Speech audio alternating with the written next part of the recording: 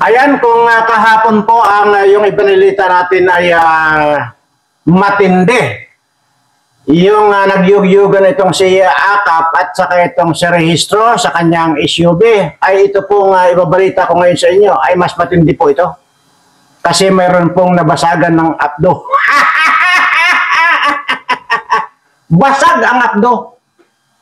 Kaya doon po sa mga nagsasabi, nagtatanong kung bakit doon pa sila sa SUV nagyugyugan, simple lang po ang sagot doon. Mga kilalang tao po yan. Hindi po yan papasok sa isang hotel. Yan po ang tandaan ninyo. Kaya wag po kayo mag-isip na bakit pa dyan sa SUV pa sila magyugyugan ay marami silang pira na pang hotel. Hindi po yun. Hindi po pinag-uusapan dyan kung maraming pira. Ang pinag-uusapan po yan ay umiiwas po sila doon sa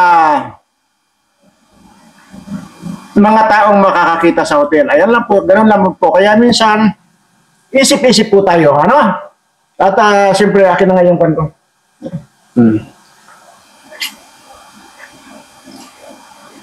Pero kagaya po na sinabi ko, kung yun pong kahapon na yun, na nagyugyugan sa SUV, ito po mas matindi. Dahil ito po, ay may maedad na ito eh. Actually. At mamaya-maya po ay papangalanan po natin. Huwag po kayo mag-alala. Kaya nga po, ugaliing panoorin ito. I-subscribe nyo na po itong channel ko dahil araw-araw po tayong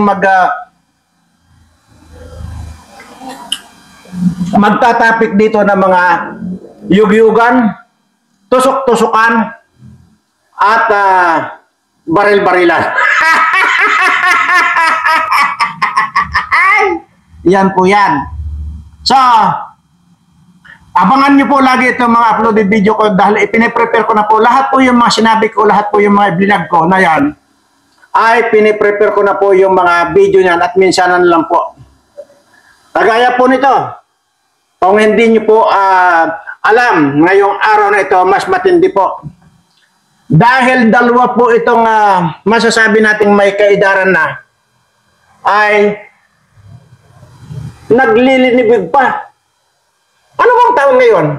Taon ba ng taglibog ngayon? Bakit itong mga matatanda na ito ay wala nang tigil sa pagpapinautog? Talagang nataon yan talaga na ngayon ay year of kawatan, year ng kalibugan. Didi mo na, didi.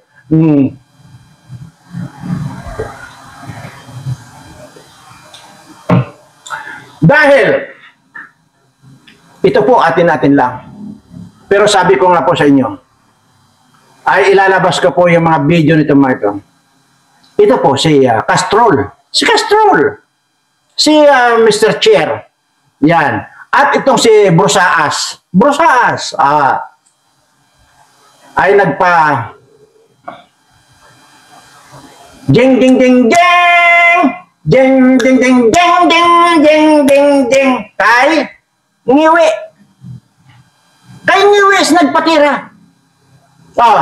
Ayaw niya maniwala. Sige, sandal lang. Magbigay lang muna tayo ng background. Ayan.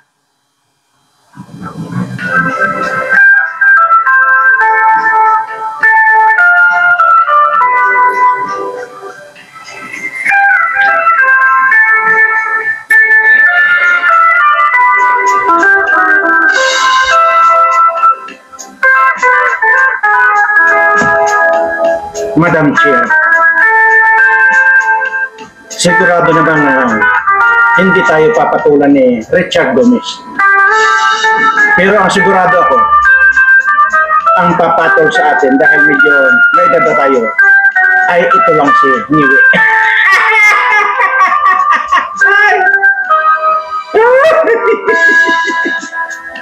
Yan. Sige, namin nyo lang muna yung tugtog.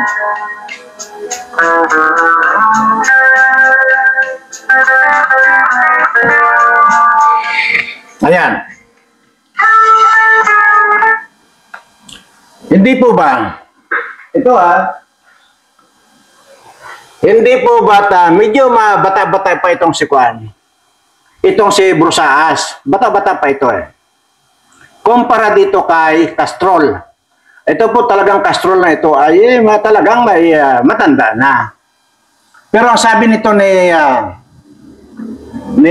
Castrol, Madam Chair, sigurado ako, itong singiwi, hindi tayo tatanggihan ito. Mahusay daw ito. Ayon dito sa aking impormasyon, napakahusay daw ito. Kaya nga daw, nagkakandang iwi-iwi ito dahil sanay daw itong kumain ng hilaw na.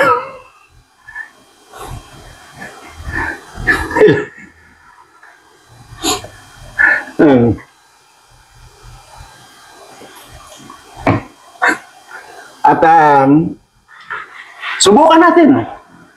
Pero ayaw ko talaga, Madam Chair, ayaw ko. Sabi ni Brusaas, ayaw daw niya. Ikaw naman, Madam Chair.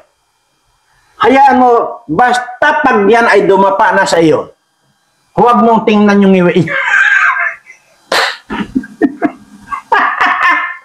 Hayaan mo na yumugyog ng yumugyog yan.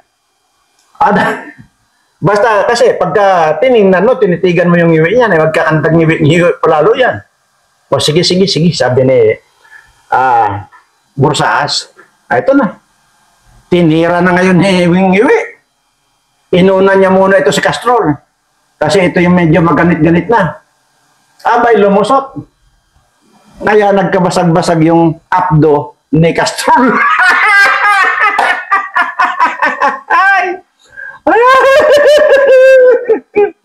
Tapos ito na, sinunod na niya ito si Brusaas. Aba, hindi lang basta yumugyog, sumubsob pa. Pucha, talagang hindi na rin mag-intindihan yung ito. Nasa video naman po yan. At sabi ko nga sa susunod na mga araw, ipapalabas ko po lahat yan. Ito pong mga in-upload ko rin, ipapalabas ko po lahat ng mga video na yan. At yun nga, talagang brought sa militar. Dito, no, pagkatapos niya, sabi ni Brusaas, Madam Chair, okay nga ito singiwi. Talagang kumakain, kaya pala niya nagkakandang ngiwi na ito eh. Sabi ganyan. Pero okay na rin kasi sigurado hindi naman tayo papatulan ni Richard Gomez kung si Richard Gomez ang ating pakikiusapan eh. Kung pwede lang pumatol sa atin, singiwi. Kaya ito naman sila ay nagtirahan doon sa kanal. Di po mga, di ba, may kanal, mayroong yung simentong bilog. Tapos nilalagay yan, tusang. Nagdala raw sila ng sako. Doon sila. Kasi nga, sabihin nyo bakit hindi sila nag-hotel, hindi nga po pupunta ng hotel yan. Kasi nga po, iniiwasan nila yung makikilala sila. Dahil mga sikat na tao ito. Kaya, pwedeng sa sagingan, pwedeng doon sa SUV, pwedeng dyan. Kaya itong pinagtirahan itong tatlo na ito sa Imbornal. Yan tusang. Paglabas daw itong dalawa na itong damatan na ito. Okay pala. Kausapin mo ulit siya, Madam Chair, kausapin mo ulit si Ngiwi, kailan ulit natin uulitin to?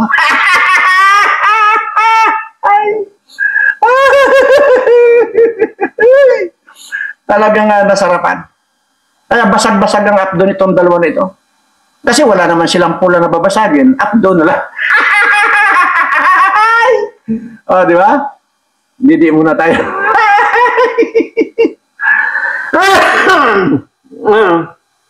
Ayan.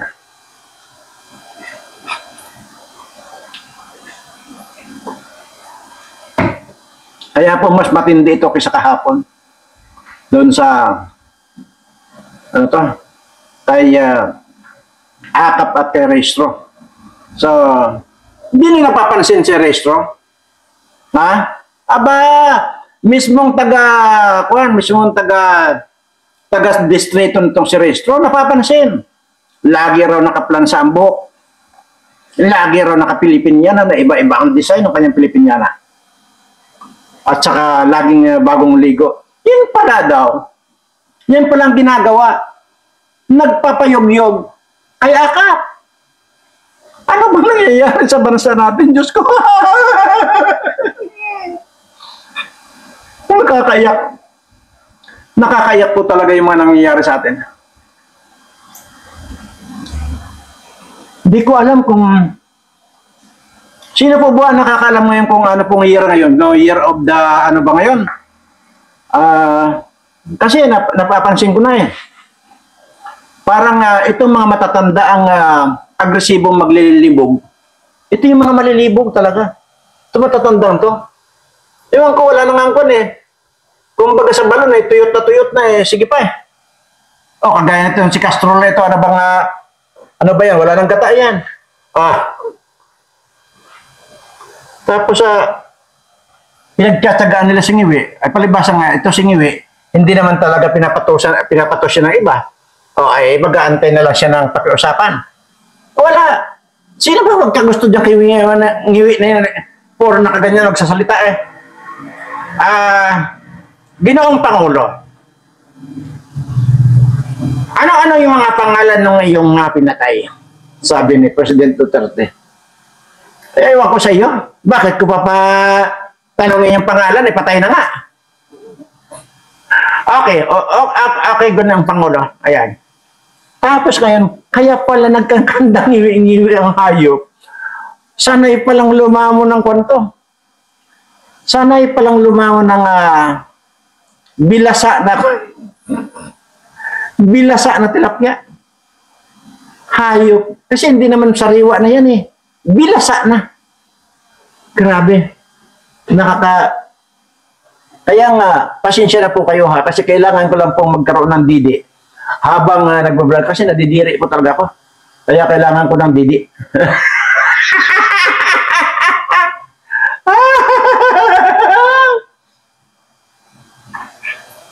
Ayun po. Lahat po ng mga kapanood dito, ulitin ko lang po. Yung kahapon, kay Akap at kay Restro, inaayos lang po, ililipat pa lang po sa USB yun. At maging ito, itong dalawang gurang na ito na nagpadali kay Ngiwi, at inaayos lang po yung mga video. At sabi ko, ugaliin niyo pong panoorin dahil bukas po ay i-upload ko po rito yung si Bangag, pati kambing dinali. Makikita niyo sa video. Anong sabi ng kambing? Meh! Meh! Mga bigyan. Nagpapasaklolo yung kambing. Imagine mo, pati kambing dinali nitong Bangag na ito. Palibasa Bangag na. So ngayon, ano pa ang pwede natin sabihin dito sa nangyayari sa bansa natin? Aba, hindi lang kaimoralan ang mga ginagawa nitong mga hayop nito. Hayagan na yung kanilang pinapakita na talamak na ang pagnanakaw nila sa taong bayan, sa kaban ng bayan. Talamak na rin yung pagpapahayag nila ng kanilang mga kalibugan. So ano ang masasabi natin dito mga kababayan? Siyempre ang masasabi natin dito, nag-ipon-ipon yung mga malilibog na mga dabatan. Mayroon pa po magkakasunod po yan. Mayroon po dyan, si Butod ay naglasing-lasingan daw. Ayon sa kanyang gwarda, naglasing-lasingan. Hindi naman daw totoong lasing yun eh. So nung naglasing-lasingan, nagtihaya-tihaya sa kalsada, hinubad yung pante, siyempre, kakargahin ng kanyang mga bodyguard. Nung kinarga ng bodyguard, parang naisagi yata yung palad ng bodyguard doon sa kanyang biyak. Nako, ramdam daw ng bodyguard, para daw yung dayami, kagaspang.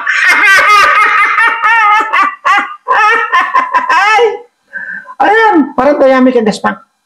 Imaginin mo, talagang ito, talagang year of taglibog ngayon. Grabe, pati matatanda na wala ng gata. Naglilinibog pa. Anyway,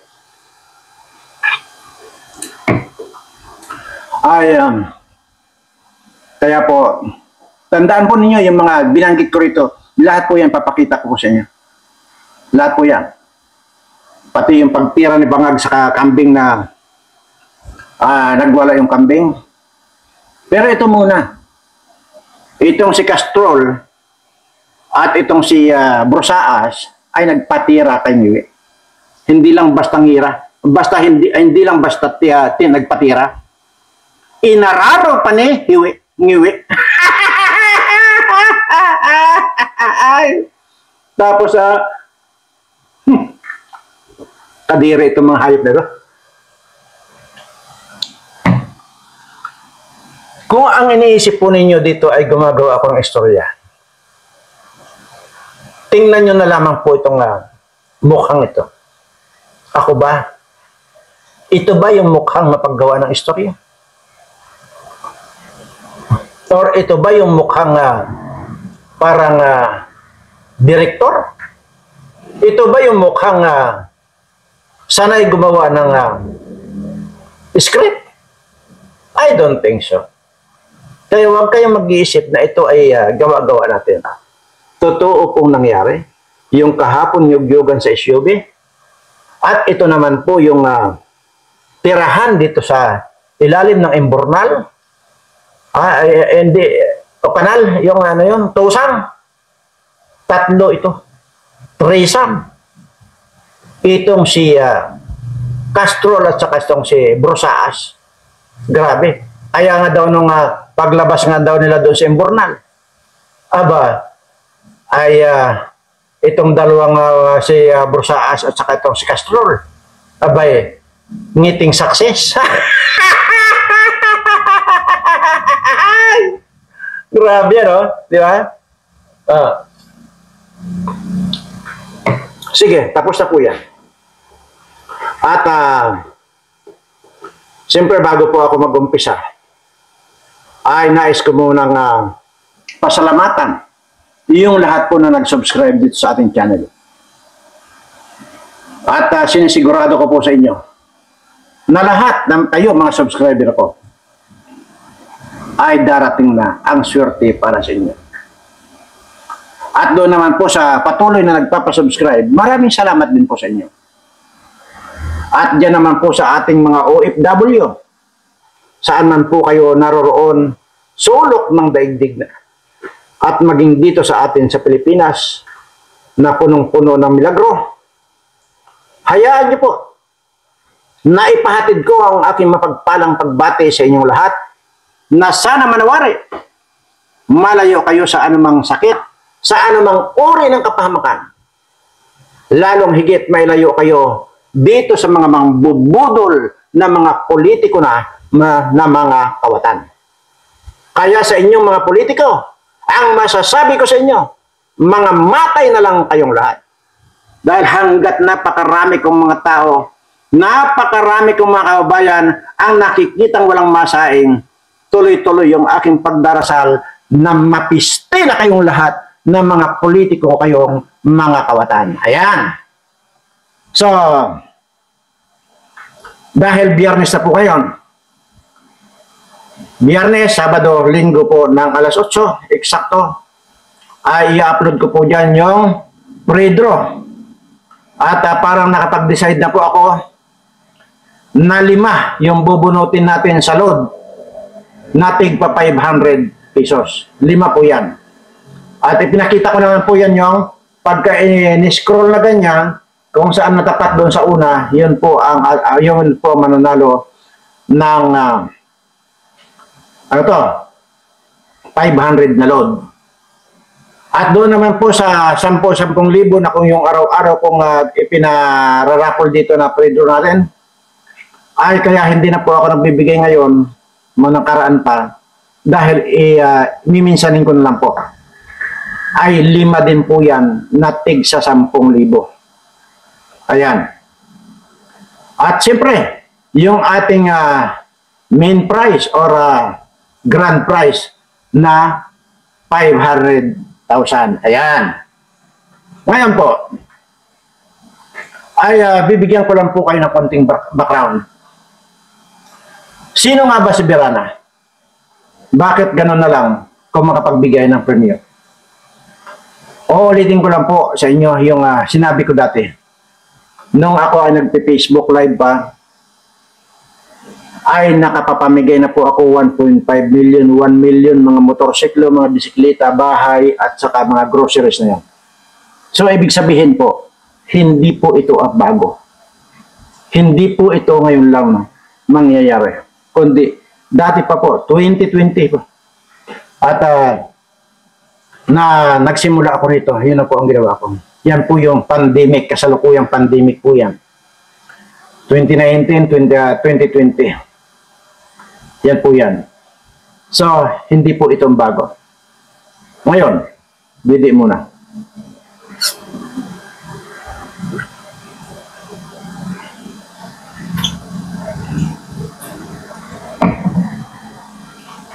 Kung ang tanong, sino nga po ba si Berana? Ako po ay isang mas mahirap pa po sa daga. Kung kayo po ay naghihirap ngayon, mas mahirap pa po ako sa inyo. At pwede ko pong ilagay ang aking sarili sa kategorya na patay gutom na, hampas lupa pa. Kung inyo pong nasusubaybayan yung mga hint ko dati, yung mga pasaring ko dati, yun pong mga magmula doon sa kung ano-ano dyan, nung namatay na ako ng isang linggo. Lahat po yan, mayroon, kaya po nahugot yun. Mayroon pong pinaghugutan yung salitang ganon. Ganon din po yung mga kamuting dilaw. Mayroon din pong pinaghugutan yan. Ngayon,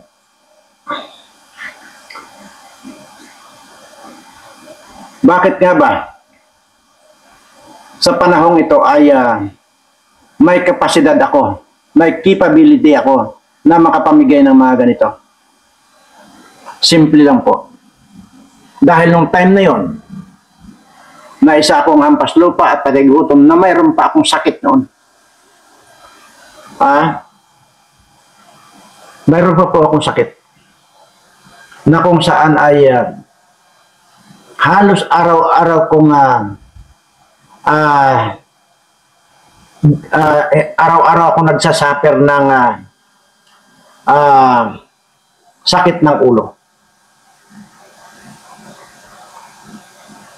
Nung time po na yun, may trabaho naman po ako sa isang multinational airline company. Pero lahat po ng sinasahod ko, nauubos lang po sa gamot lahat. May utang pa. Sa madalit salita, ay wala na po akong pag-asa. At yung time po na yon, doon po sumabay ulit yung terrible headache na dinadanas ko. Wala na akong pambili ng gamot. Wala na rin akong mautangan dahil lahat ng mga ka-office mate ko, nautangan ko na. Lahat ng mga napundar ko, naibinta ko na, naisanla ko na lahat. Wala na. So, dahil nga doon sa pangyayaring yon, wala na akong kapag-asa.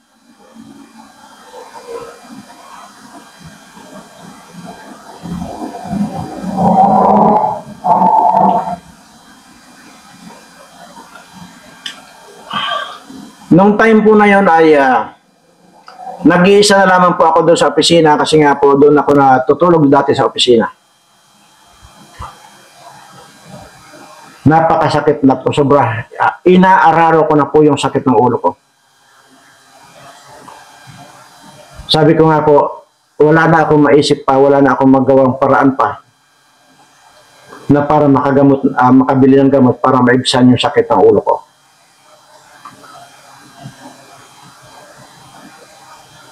Doon na po ako napaupo. At pagkatapos ko pong isipin ang ating Panginoon, humiga po ako ng dahan-dahan. Nung makahiga ako, tinatog ko po rito yung aking mga kamay.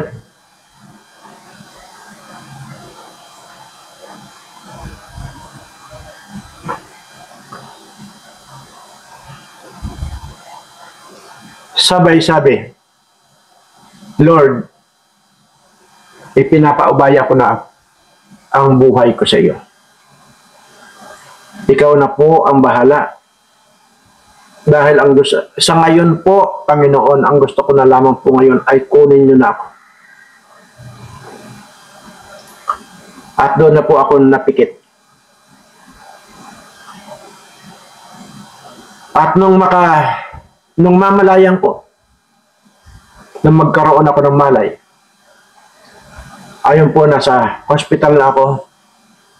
At ayon dito sa aking ka-office mate, 1 linggo na raw pala ako nasa morgue. Yan po ang totoo. So ngayon, okay.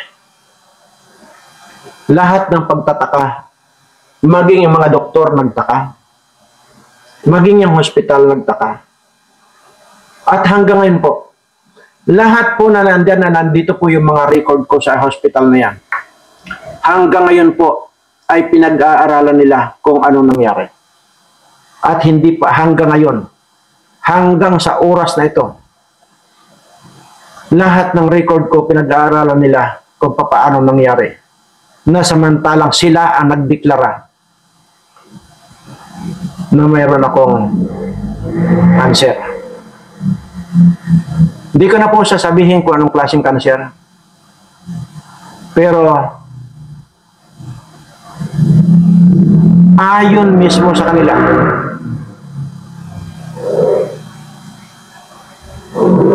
sa 100,000 tao ay iisa lang ang pwedeng makalibre sa ganong sakit. Doon po sila naging interesado sa akin.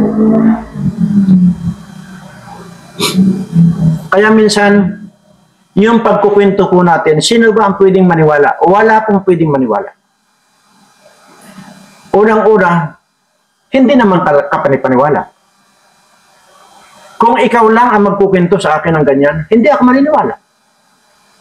Ang pwede lang magpatunay niyan, yung sarili mo mismo, na ikaw ang nakaranas, at yung mga nakapaligid, kagaya po ng mga doktor. Yan lamang po ang pwede magpatunay. Pero kahit saan ikwento mo yan, ang sasabihin sa iyo, ikwento mo yan sa pagong. Kagaya ng sinabi ko, ay hindi ako, hindi ikaw, hindi ang kahit na sino ang mag-judge doon sa isang tao. Lahat tayong mga tao ay mayroong pinagdaanan. Lahat tayong mga tao ay mayroong pagkukulang. Sino ba ang makakaalam ng totoo? Sarili mo lang po. Sarili mo lang. Kagaya ng sinabi ko, walang pwedeng magsabi ng totoo kundi sarili mo. At pwedeng makaalam ng totoo. Wala kahit na sino. Kaya, yung pagdadjad sa isang tao ay naging ugali na po, naging kaugalian na po ng tao yan. Pero kung iyong isangguni lahat sa ating Panginoon, lahat ng ating buhay, lahat ng ating kapalaran, napakaluwag sa iyong dibdib. kung ano man yung nagawa mo, kung ano man yung mga pagkukulang na nagawa mo, magaan mong tinatanggap yan. Hindi ka makukonsensya dahil alam mo ang totoo sa sarili mo. Ngayon, mabalik tayo dito sa kung bakit nagkaroon ako ng sobra-sobra na nandito sa akin. Doon na po nag-umpisa. Lahat ng mga nandito sa akin ngayon. Sino ba ang pwedeng maniwala? Yung isang hampas lupa at patay gutom na nandito ngayon sa harapan ninyo ay magsasabi, madalas niyo pong naririnig sa akin yan. At sabi ko, sino sa inyo o sino ang tao na nagsabi na Lord, huwag mo na akong patuloy na bigyan ng blessings. Sobra-sobra na itong blessings na binigay mo sa akin. Sino yung taong ganon? Palagay ko po wala. At sino rin yung nagsasabi? Mayroon ba kayong alam na nagsabi na sa halip na ibigay sa akin ang mga blessings, ibigay na lang doon sa mga taong subscribers or doon sa mga taong naniniwala sa kanya? Sa akin nyo lang po narinig yan. Bakit nga po? Iisa lang po ang sagot diyan. Dahil pagka totoong yung mga lahat ng nandito na tinatamasa mo, nakaalwanan sa buhay, at lahat niya po yan ay galing sa ating Panginoon, makakaramdam ka ng kakontentuhan sa buhay. Huwag na po nating isali itong mga politikong ito dahil ito po yung walang kabusugan, walang kakontentuhan. Kasi po, mga demonyo na po yan. Kaya lahat po ng mga kayamanan nila, may kademonyohan na. At doon po sa lagi niyong narinig sa akin na hindi na po ako humahawak ng pera. At allergy po ako sa pera. Marami po sa inyo ang hindi naniniwala niya. Alam ko po yan, marami po sa inyo nakatarantaduhan to sinasabi ko. Pero sabi ko nga po kanina, wala pong pwedeng magpatunay niyan ng totoo. Ang sinasabi ko, ako lang din po. At ang Panginoon. Lahat po yan, hinugot po yan dahil may kadahilanan.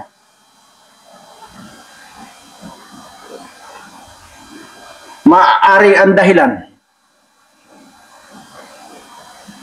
Ayaw kong tingnan, ayaw kong humawak ng pera dahil iniingatan ko na masira ang pagtitiwala sa akin ng Panginoon.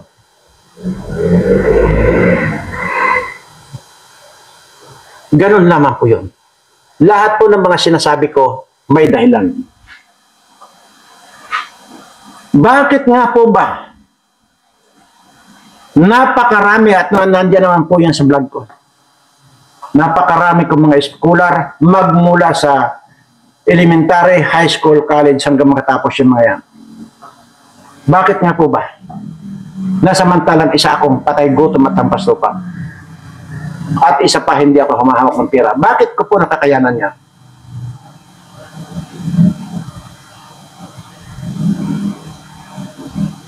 Uulitin ko lang po. Dahil po yan sa tiwala sa ating Panginoon. Ngayon, gagawin ko ba ito kung wala akong napatunayan na may intervensyon sa buhay ko ng ating Panginoon? Malamang hindi.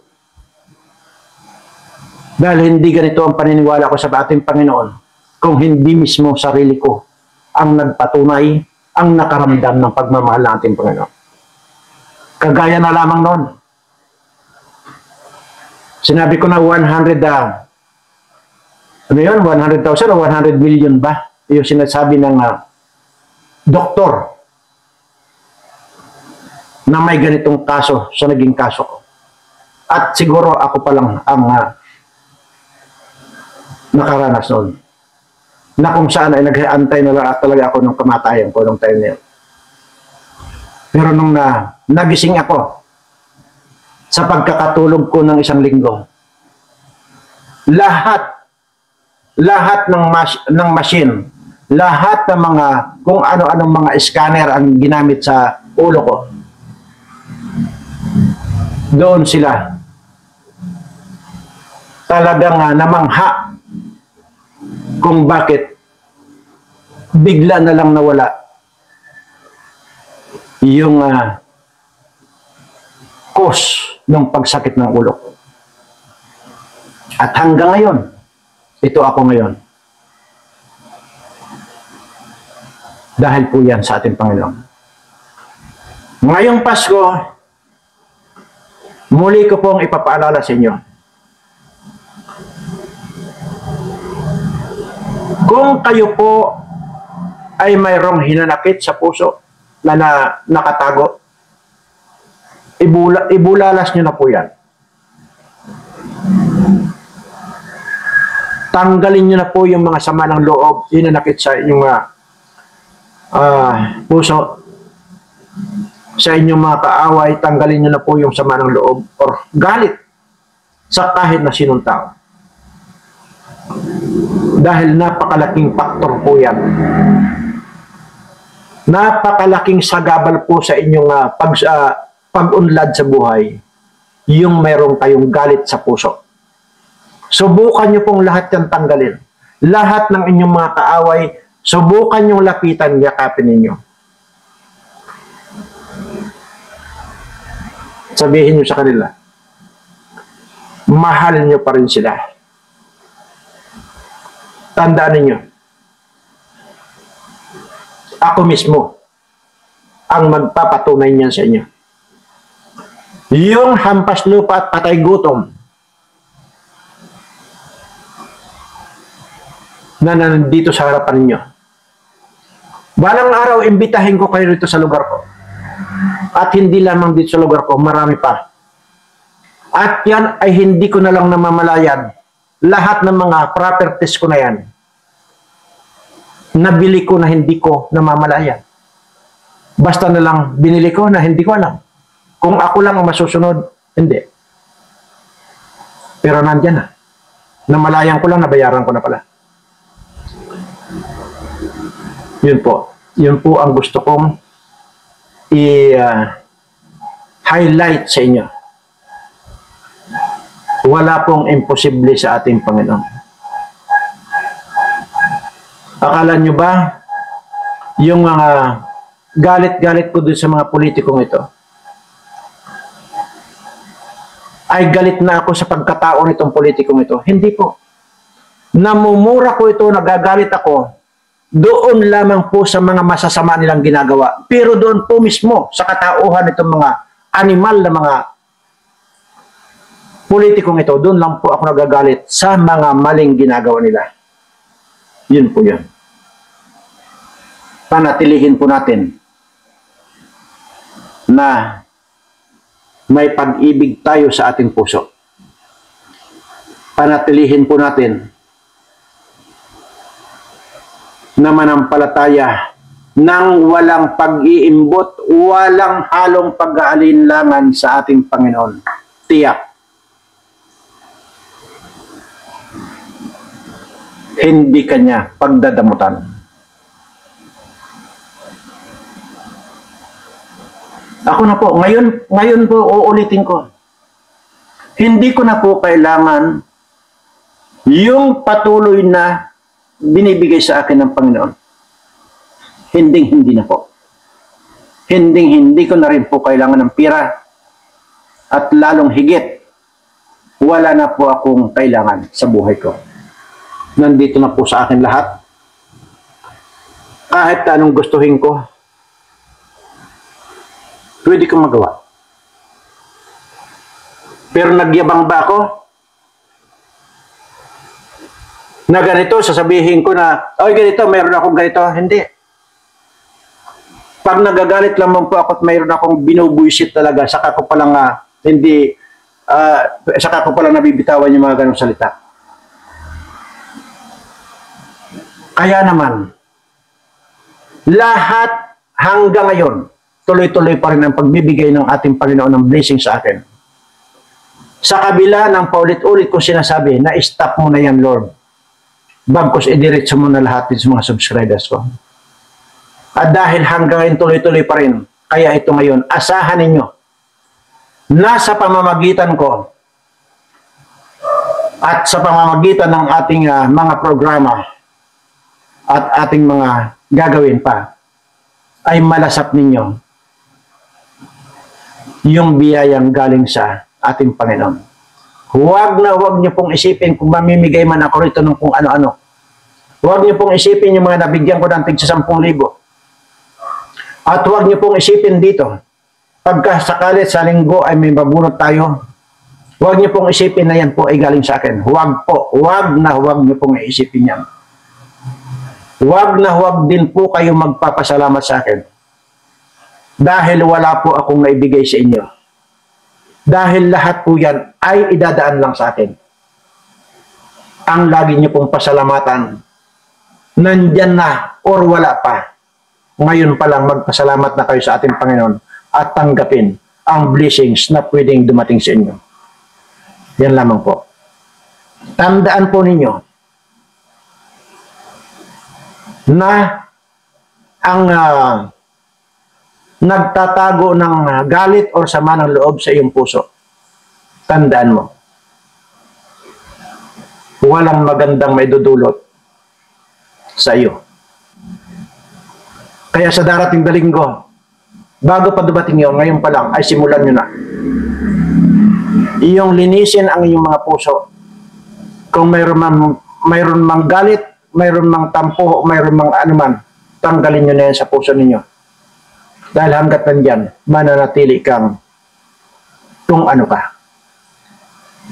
Ito lang po, bago tayo magwakas, ibibigay ko lamang po yung isang example. Kung ito po ay isang daan, daan po yan, road, kumbaga. Pag hindi naging malinis ang iyong puso at isipan, hahayaan ka ng ating Panginoon na dumaan sa daan na ito. At ang daan na ito, maraming sanga. Nagsanga-sanga po yan. Kapag ka hindi ka sumasampalataya at ibinigay mo ang tiwala sa ating Panginoon, pag nandito sa puso mo ang ating Panginoon, doon ka dadalhin sa tamang daan. Pero kung mayroon kang alinlangan sa ating Panginoon, dadalhin ka doon sa mga nag-iisang sanga na dead end. Ang ibig pong sabihin yan, hanggang dyan ka na lang. Yun po ang gusto kong linawin sa inyong lahat.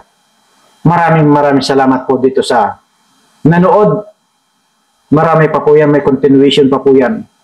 At unti-unti ay makikilala ninyo kung sino si Berana. Sa ngayon, uunti-untiin ko yan. At uunti-untiin ko na rin i-distribute lahat ng mga galing sa ating Panginoon. Muli po, itinataas ko ang aking mga kamay sa lahat po ng aking mga subscribers, followers at mga viewers na may mga sakit. Panginoon, pagalingin mo na po sila sa lalong madaling panahon at ipasumpong mo na po sa kanila ang biyayang para sa kanila. Maraming salamat, Panginoon. At siyempre, parang hindi ako makapag-I love you dahil medyo mataas ang emotion ko. Pasensya na po.